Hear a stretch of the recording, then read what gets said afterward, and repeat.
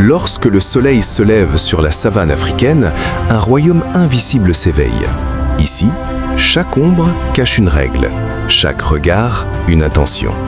Au sommet de cette société, le lion, symbole de puissance, mais aussi membre d'un système social d'une complexité fascinante. Car chez les lions, le pouvoir n'est jamais simple.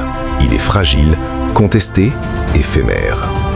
Contrairement à l'image populaire du roi solitaire, le véritable pilier du clan est féminin.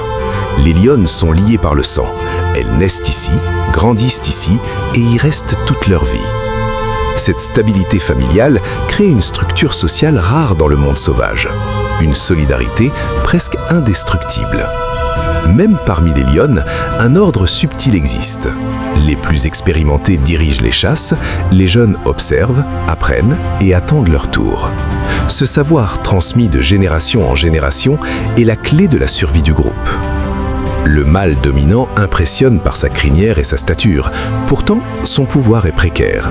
Son règne dure en moyenne quelques années seulement. Chaque jour, des rivaux observent, attendent, préparent leur attaque. Rares sont les mâles capables de conquérir seuls une troupe.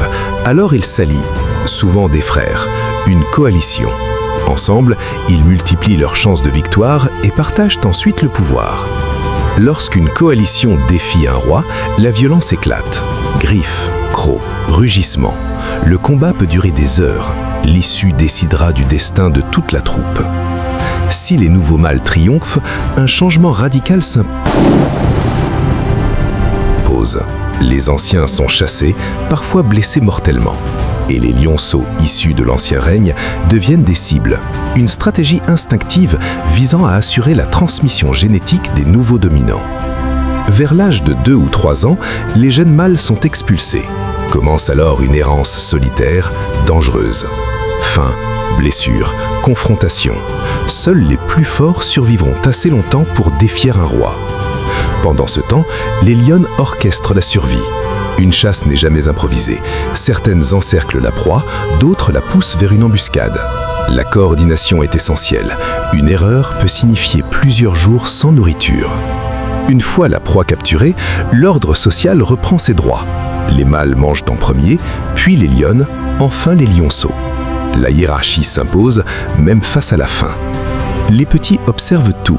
Ils apprennent les règles invisibles, respect des dominants, techniques de chasse, signaux corporels. Le jeu n'est pas seulement ludique, il prépare au combat futur. À la tombée de la nuit, un rugissement résonne. Il peut porter à plusieurs kilomètres. Ce cri n'est pas qu'une démonstration de force, c'est un message territorial, une frontière sonore. Malgré la brutalité de leur monde, une force unit les lionnes, la solidarité. Elles allaitent parfois les petits des autres, défendent ensemble la troupe. Sans cette coopération, le clan s'effondrerait. Aucun règne n'est éternel. Le roi d'aujourd'hui deviendra l'exilé de demain. Dans la savane, la hiérarchie est un cycle sans fin. Chez les lions, la force seule ne suffit pas. Il faut stratégie, alliance, patience. Derrière chaque rugissement se cache une organisation complexe où chaque membre joue un rôle vital. La hiérarchie des lions n'est pas qu'une lutte pour le pouvoir, c'est une danse permanente entre domination et coopération. Une société sauvage, mais profondément structurée.